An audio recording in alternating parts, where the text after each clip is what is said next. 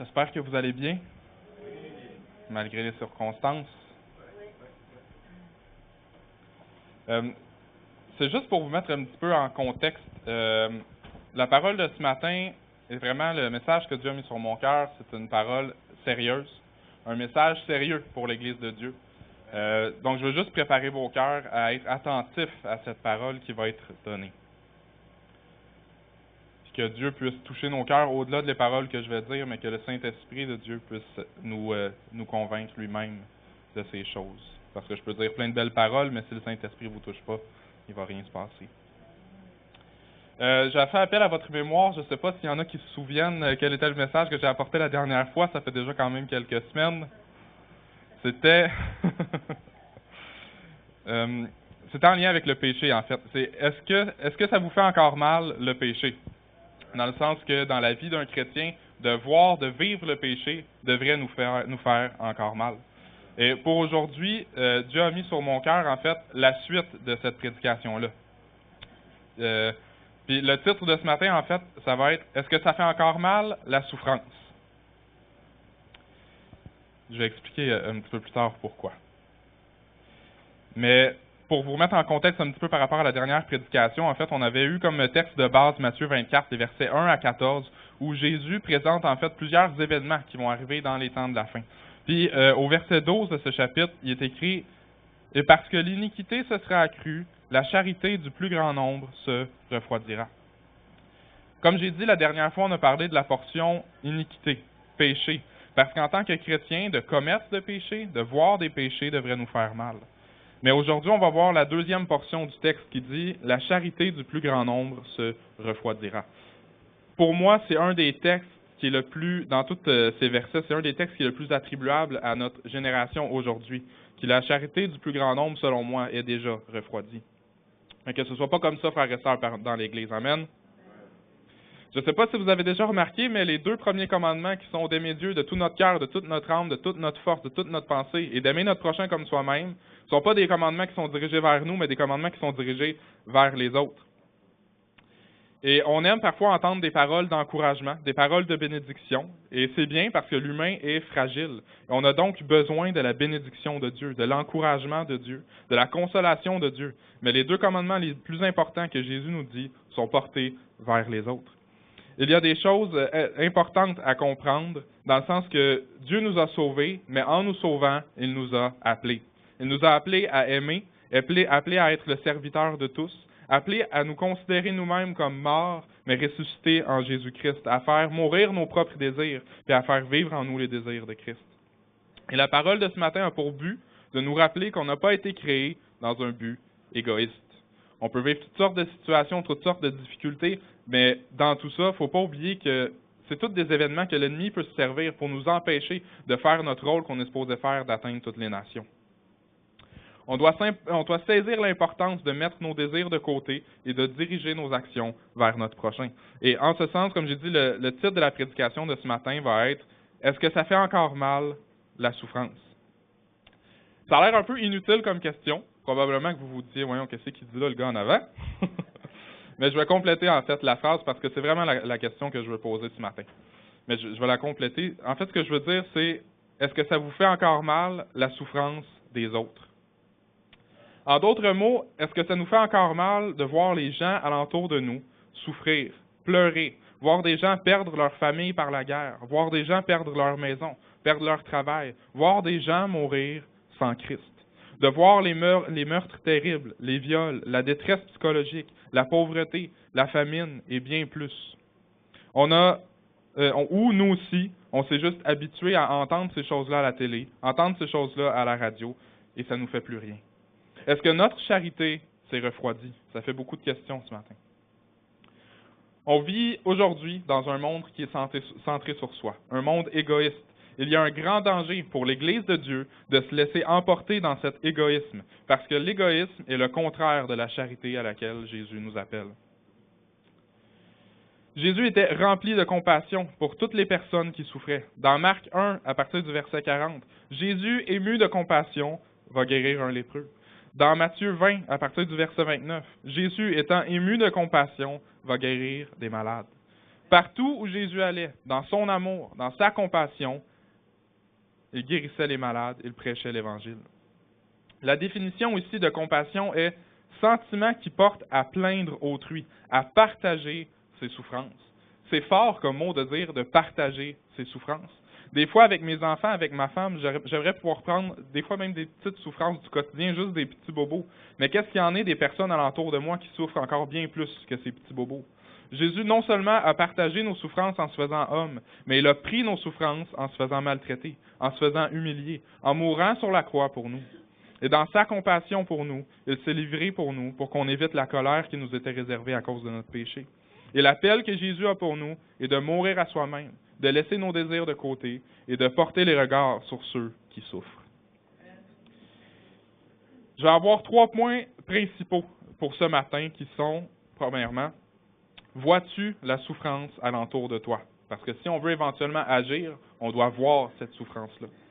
Le deuxième point va être 3 leçons à travers la parabole du bon samaritain. Et le troisième point va être la charité n'est pas orgueilleuse. On va commencer par le premier qui est vois-tu la souffrance alentour de toi? Pour ce point, au début, j'avais plusieurs statistiques différentes que je voulais démontrer, que je voulais utiliser pour démontrer la souffrance qu'il y a alentour de nous. Mais j'ai senti Dieu me diriger vraiment vers un seul point ce matin, qui est le suicide. Dans un premier temps, pour réveiller notre compassion, et dans un deuxième temps, parce que je crois qu'il y a une parole à travers ça pour quelqu'un ici ce matin ou quelqu'un qui va écouter la prédication par Internet, ou peut-être quelqu'un de vos proches qui ont besoin d'entendre ces choses. Les statistiques sur le suicide au Canada seulement, à jour de 2023, nous dit qu'en moyenne, 12 personnes par jour décèdent par le suicide. Environ 4500 décès par année. Le taux de suicide est 3 fois plus élevé parmi les hommes que les femmes. Messieurs, j'en appelle à vous. Le suicide est la deuxième cause de décès chez les jeunes et les jeunes adultes de 15 à 34 ans. Deuxième cause de décès. On doit avoir un cœur rempli de compassion pour les gens alentour de nous. Et ma prière est que Dieu, comme j'ai dit, nous permette de discerner la souffrance qu'il y a alentour de nous pour qu'on puisse ensuite agir. Je précise que mon but ce matin, avant de commencer, c'est pas de culpabiliser personne, mais de nous encourager à agir pour notre pays, à agir pour Jésus. Je ne sais pas si vous réalisez, mais le Canada, c'est quand même un petit pays en nombre d'habitants, à peine environ 40 millions de personnes. Mais ici, dans notre pays, il y a 12 personnes qui meurent par jour en se suicidant. Est-ce que ça vous fait quelque chose de savoir ça? Qu'il y a 12 personnes alentour de vous. Pour ces 12 personnes par jour, elles ont croisé des chrétiens dans les jours avant leur suicide. Mes frères et sœurs, on était où? On est où pour que 12 personnes par jour continuent de se suicider dans notre propre pays? Des personnes sur qui on avait le pouvoir entre nos mains de changer leur situation en partageant l'Évangile. Pour certains, une de ces 12 personnes, c'est votre frère. Pour d'autres, c'est votre ami. Pour d'autres, c'est votre collègue de travail, votre parent. Mais qu'est-ce qu'on faisait pendant que notre ami souffrait? Qu'est-ce qu'on faisait pendant que notre frère souffrait? Qu'est-ce qu'on faisait pendant que notre collègue de travail poussait des cris de détresse? Le fardeau n'est pas seulement sur nos épaules. Il reste que je crois que dans la vie de tout le monde, Dieu permet à tout le monde de se repentir au courant de sa vie, à un moment ou à un autre de sa vie. Mais est-ce qu'on a fait qu'est-ce qu'on pouvait? Et ma prière est que le Seigneur dépose en nous la compassion qui était en Jésus-Christ. Dépose en nous la charité. Dépose en nous le discernement de voir les gens qui souffrent. On va en reparler plus tard, mais on ne doit pas détourner le regard des gens qui souffrent. On doit être ému de compassion pour eux, ému d'une compassion qui pousse à l'action. Une autre statistique nous dit que 4,2% des personnes qui ont répondu au sondage indiquent avoir fait un plan pour se suicider au courant de leur vie. Si on prend en exemple le nombre de personnes qu'il y a de façon régulière dans l'Église ici, ça veut dire qu'au moins 2 à 3 personnes auraient déjà eu des pensées suicidaires en lui de façon assez sérieuse au point d'en venir à faire un plan de suicide. Pensons pas que l'Église ne fait pas partie des statistiques.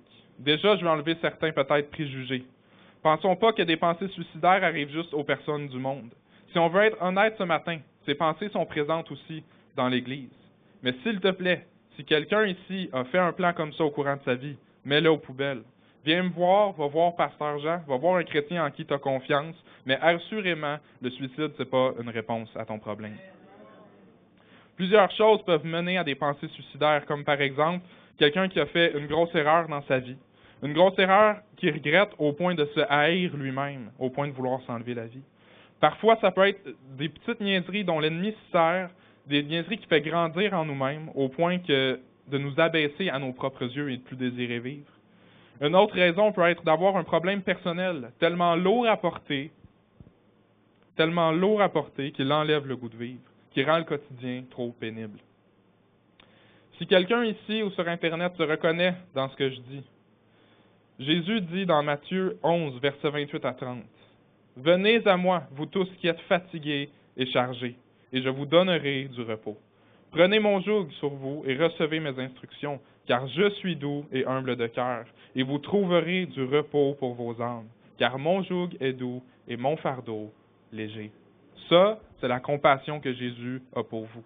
C'est l'amour que Jésus a pour vous, car je suis doux et humble de cœur. Si le poids de la vie que tu ressens sur tes épaules est trop lourd pour être porté par toi seul, viens à Jésus, il est doux. Il ne t'accueille pas sévèrement. Il ne te juge pas sur les pensées suicidaires que tu peux avoir eues, mais il veut te donner du repos, il veut te donner la vie.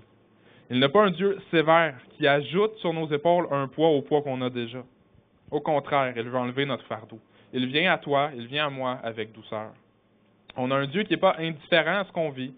Il s'est fait lui-même homme, et c'est bien ce que c'est d'être un homme. Il te comprend, il nous comprend. Je voulais sortir d'autres statistiques, comme j'ai dit, des fois en lien avec l'anxiété. Il y aurait eu tellement de choses à dire qu'on aurait pu passer toute la matinée à juste parler de statistiques, mais ce n'est pas le but de ce matin. Mon point est qu'on doit réaliser qu'il y a beaucoup de souffrance alentour de nous. Plus qu'on le pense, plus même qu'on le voit, parce qu'il y a plusieurs personnes qui souffrent en silence. Mais comme Église, on doit ouvrir nos yeux à ces choses, ouvrir nos cœurs à ces choses et ouvrir nos bouches pour témoigner de Jésus-Christ qui peut sauver un homme, une femme sans espoir. Je vous dis que si dans toute votre vie, par votre travail pour le Seigneur, il y a seulement une personne qui vient à Christ, il y a une grande joie dans le ciel et vous-même, vous pouvez être très heureux, mon frère, ma sœur. On doit persévérer et ne pas se laisser décourager par les moqueries, par les gens qui mettent aux poubelles ce qu'on leur partage. C'est notre rôle de diriger les gens vers Jésus pour permettre à Jésus d'enlever leur fardeau et leur donner la joie, la paix d'appartenir à Christ, d'avoir la vie éternelle. Je veux aussi amener quelque chose de concret. Je vais vous faire participer dans les prochains jours, les prochaines semaines. C'est qu'en fait, dans les prochains jours, les prochaines semaines, essayez de porter attention aux gens que vous côtoyez. Que ce soit votre famille, que ce soit dans vos amis ou à votre travail. Essayez de cibler 2 à 3 personnes dans votre entourage que vous voyez qu'il y a une forme ou une autre de souffrance dans leur vie.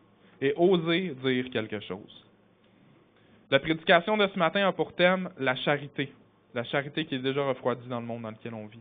Il y a plusieurs façons dont vous pouvez faire preuve de charité envers ces 2 à 3 personnes que vous allez cibler. La première chose, bien sûr, c'est de partager l'Évangile. Mais on peut aussi faire preuve de charité par bien d'autres moyens. Peut-être qu'une de ces personnes est veuve et vous pourriez donner à manger. Vous pourriez peut-être réparer son auto. À vous de voir de quelle façon vous pouvez faire preuve de charité envers cette personne. Et juste à titre d'exemple, il y a quelques années, Marianne et moi, on est allés à l'épicerie et on avait fait en fait quelques sacs qui étaient semblables. Je me souviens pas, peut-être 5 environ. Et on avait ciblé des appartements qui semblaient relativement pauvres dans le coin où près de chez nous. Et on est juste allé déposer les sacs à la porte des gens. C'est ce que Dieu avait mis dans notre cœur à ce moment-là de faire. Tantôt, il nous demande de faire quelque chose, tantôt, ça va être d'autres choses. Et je ne sais pas ce que Dieu met dans votre cœur ou ce qu'il va mettre dans votre cœur. Mais quand vous êtes rempli de charité, d'amour pour votre prochain, quand il y a quelque chose qui commence à grandir en vous, c'est important de faire quelque chose. Parce que quand on ne fait rien, inconsciemment ou inconsciemment, on endurcit notre cœur. Puis c'est là que la charité du plus grand nombre devient refroidie. On doit au contraire laisser l'amour de Jésus, la compassion de Jésus nous remplir. La Bible nous dit dans Matthieu 9, les versets 35 à 38. Jésus parcourait toutes les villes et les villages, enseignant dans les synagogues, prêchant la bonne nouvelle et guérissant toutes les maladies et toute infirmité. Voyant la foule, il fut ému de compassion pour elle, parce qu'elle était languissante et abattue, comme des brebis qui n'ont pas de berger. Alors il dit à ses disciples, la moisson est grande, mais il y a peu d'ouvriers. Priez donc le maître de la moisson d'envoyer des ouvriers dans sa moisson. Jésus nous appelle à agir, à faire preuve de charité, à évangéliser. Si tu sais devant Dieu que tu agis comme un bon ouvrier, je veux juste t'encourager à continuer, mon frère, ma sœur. Sois béni pour ce que tu fais pour le nom de Jésus.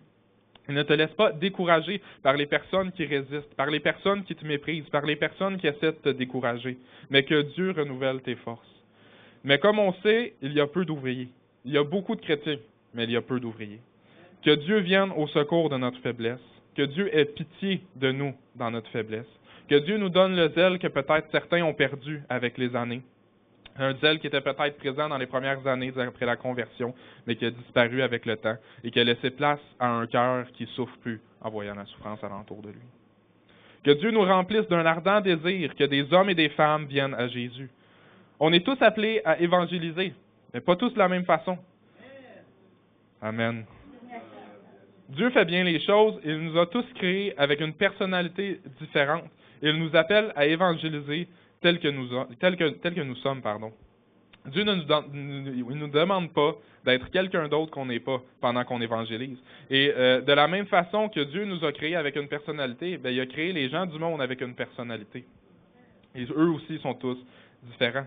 Il y a des personnes peut-être qui préfèrent lire quelque chose concernant Jésus dans leur maison bien tranquillement. Il y a des personnes qui aiment se faire aborder en pleine rue puis ils aiment se faire prêcher la parole de Dieu. Ils aiment se faire challenger, si on veut, par rapport aux questions existentielles.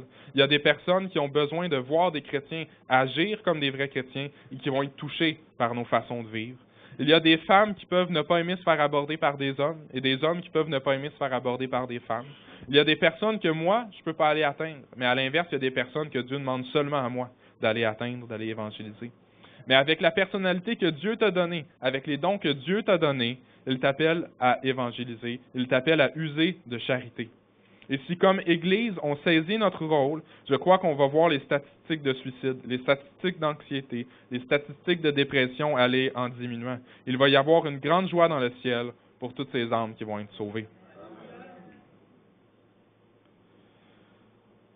On va passer au deuxième point qui est 3 leçons de la parabole du bon samaritain.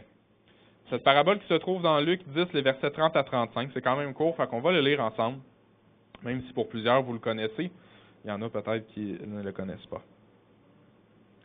Jésus reprit la parole et dit, « Un homme descendait de Jérusalem à Jéricho. Il tomba au milieu des brigands qui le dépouillèrent, le chargèrent de coups et s'en allèrent, le laissant à demi-mort. Un sacrificateur qui, par hasard, descendait par le même chemin, ayant vu cet homme, passa outre.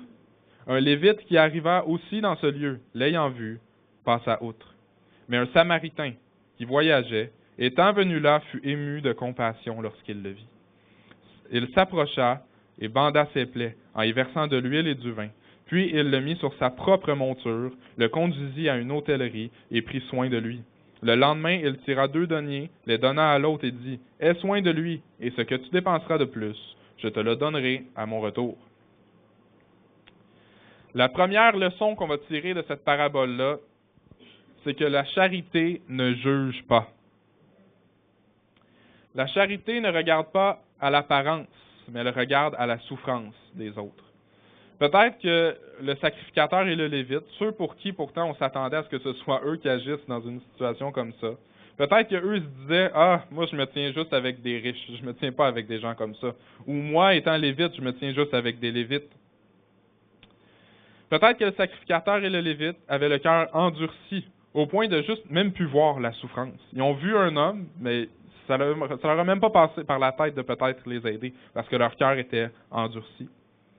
Mais il y a quelque chose qu'on doit vraiment faire attention en tant que chrétien, si on désire être rempli de charité, avoir un cœur rempli de charité, un cœur rempli de la compassion de Jésus, c'est qu'on doit faire très attention à ne pas détourner le regard comme le Lévite l'a fait.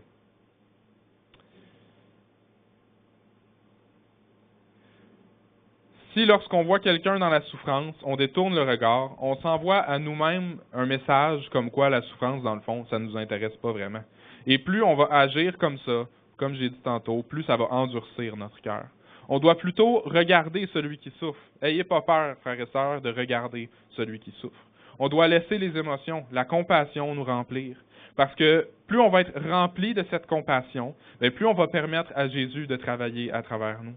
Plus on laisse la compassion nous remplir, plus nos propres désirs, nos propres intérêts, nos propres envies vont être laissés de côté et notre cœur va être disposé à agir.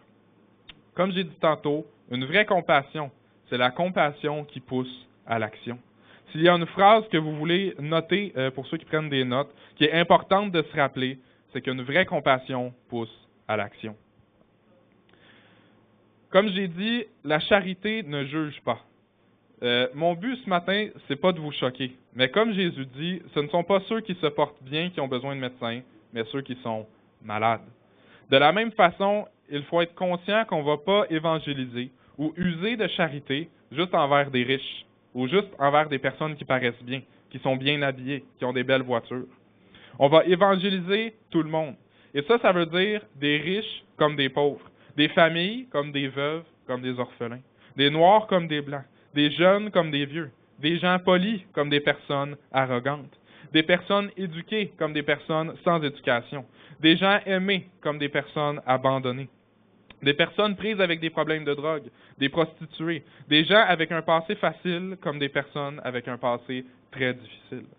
Bref, il ne faut pas s'imaginer qu'en évangélisant, on va juste amener des personnes bien habillées et responsables à l'Église, pas juste le cas type de Nord-Américain moyen. Si on a un cœur ému de compassion, on doit être prêt à accueillir dans l'Église des drogués que Jésus va avoir libérés, des personnes trans qui vont s'être converties, des personnes qui sortent de prison dont Jésus va avoir touché le cœur. Amen.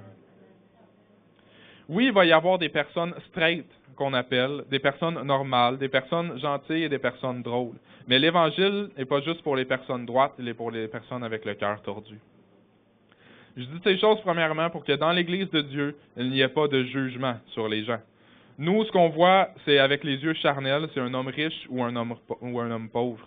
Mais si on regarde avec les yeux spirituels, pour le riche comme pour le pauvre, on devrait voir seulement une âme sans Christ qui a besoin de Jésus, qui a besoin d'un sauveur.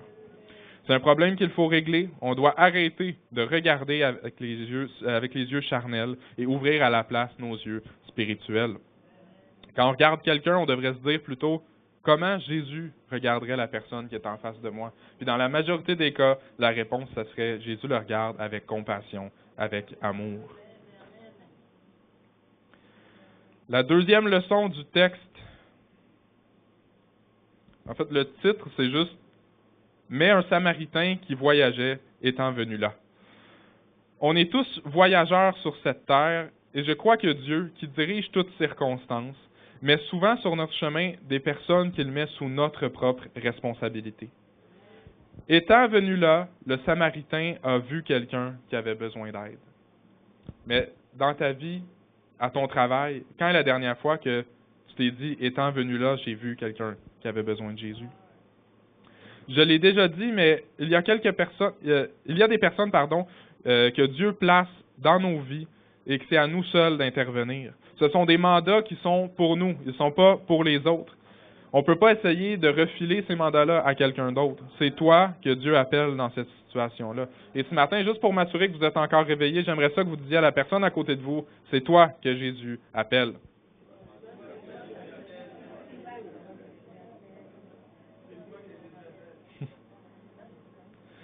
Les activités missionnaires dans d'autres pays sont une bonne chose. Merci Seigneur pour ceux qui les font. C'est une belle bénédiction, c'est une belle façon d'étendre l'Évangile.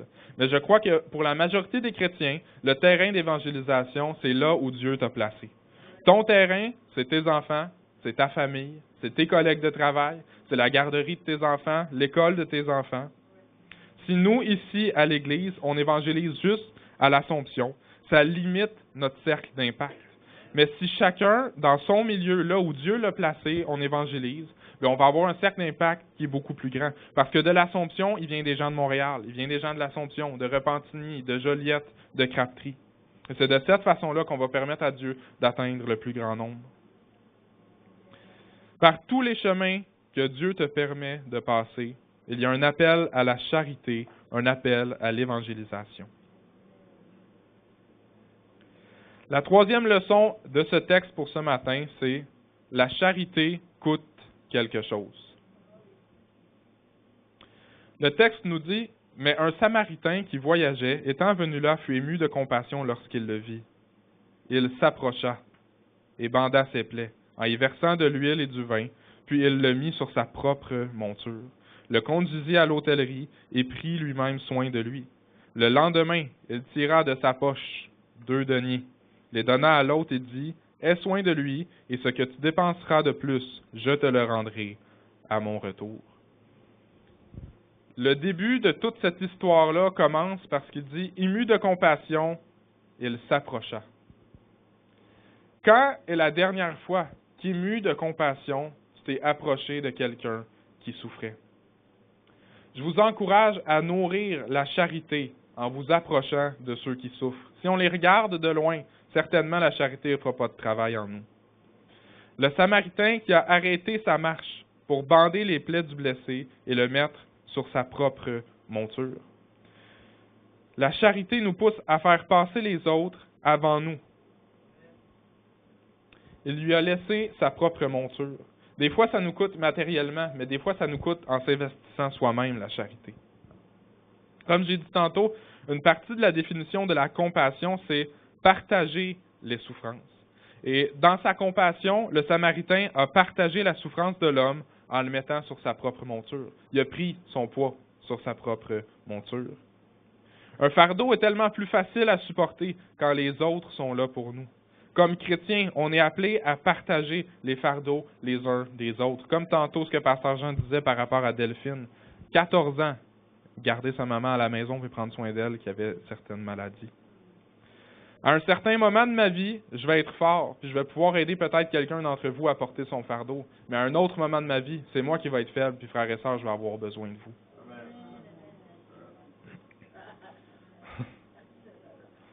La charité doit nous pousser à être là les uns pour les autres, à s'écouter les uns les autres, à se supporter les uns les autres. Des fois, ça coûte quelque chose de se supporter les uns les autres, mais c'est tellement important. Des fois, la façon dont le Seigneur nous appelle à faire preuve de charité envers les gens du monde, c'est pas nécessairement en donnant de l'argent, mais en s'investissant soi-même. C'est bien de donner de l'argent, mais c'est pas tout. C'est trop facile des fois de juste donner de l'argent à un sans-abri pour nous donner bonne conscience. Mais si tout le monde fait juste passer à côté de lui et il donne de l'argent sans lui parler de Jésus, on n'aura réglé aucun problème profond. Et c'est important de prendre le temps de s'arrêter, de parler et de témoigner.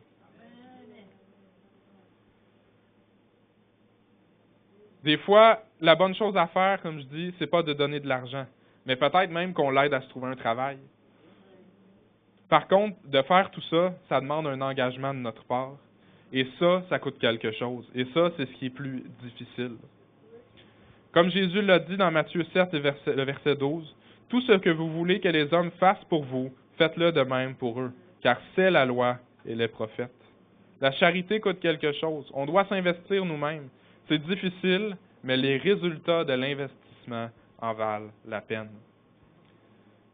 Aujourd'hui, on est tous ici parce qu'on a un certain passé. Pour moi-même, je suis né dans une famille chrétienne, puis je rends grâce à Dieu pour ça. J'ai été béni. Mais si j'étais né dans une famille, peut-être avec une mère monoparentale, qui est née peut-être même dans la rue, je pense que j'aurais aimé que quelqu'un me prenne sous son épaule, que quelqu'un m'aide à me trouver un travail, que quelqu'un m'aide à me prendre en main, que quelqu'un m'aide peut-être à me payer les frais pour aller en désintox. Mais pour ça, ça prend la charité. Il faut considérer les autres. Nous, on a peut-être des passés faciles, mais il y en a qui ont des passés beaucoup plus difficiles que nous.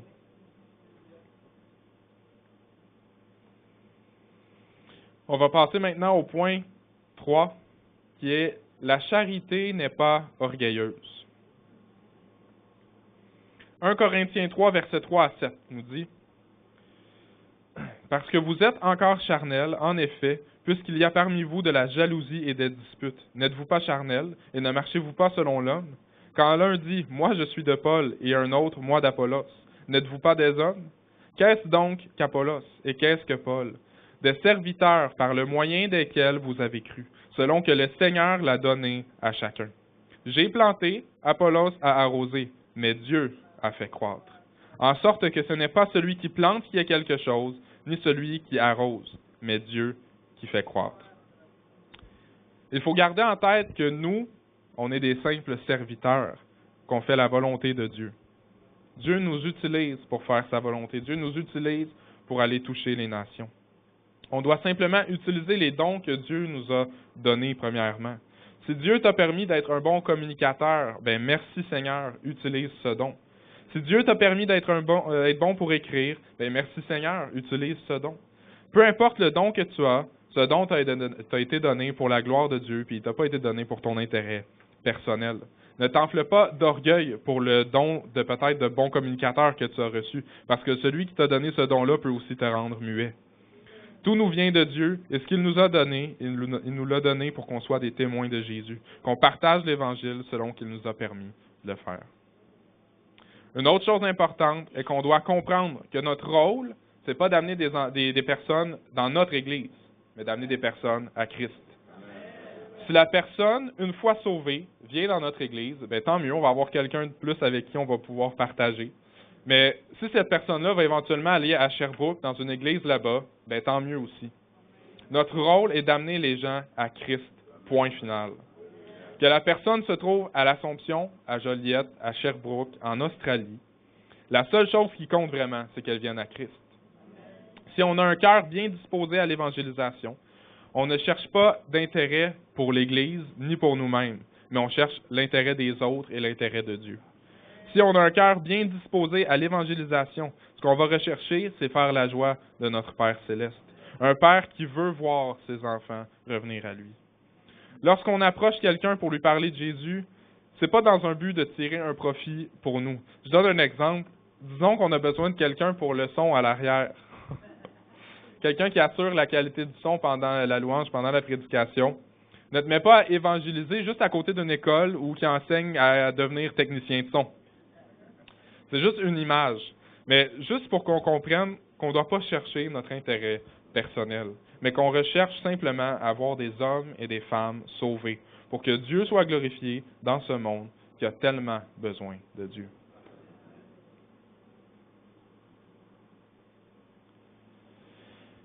En conclusion, je veux rappeler que, comme Église, on ne doit pas laisser la charité se refroidir. C'est tellement important.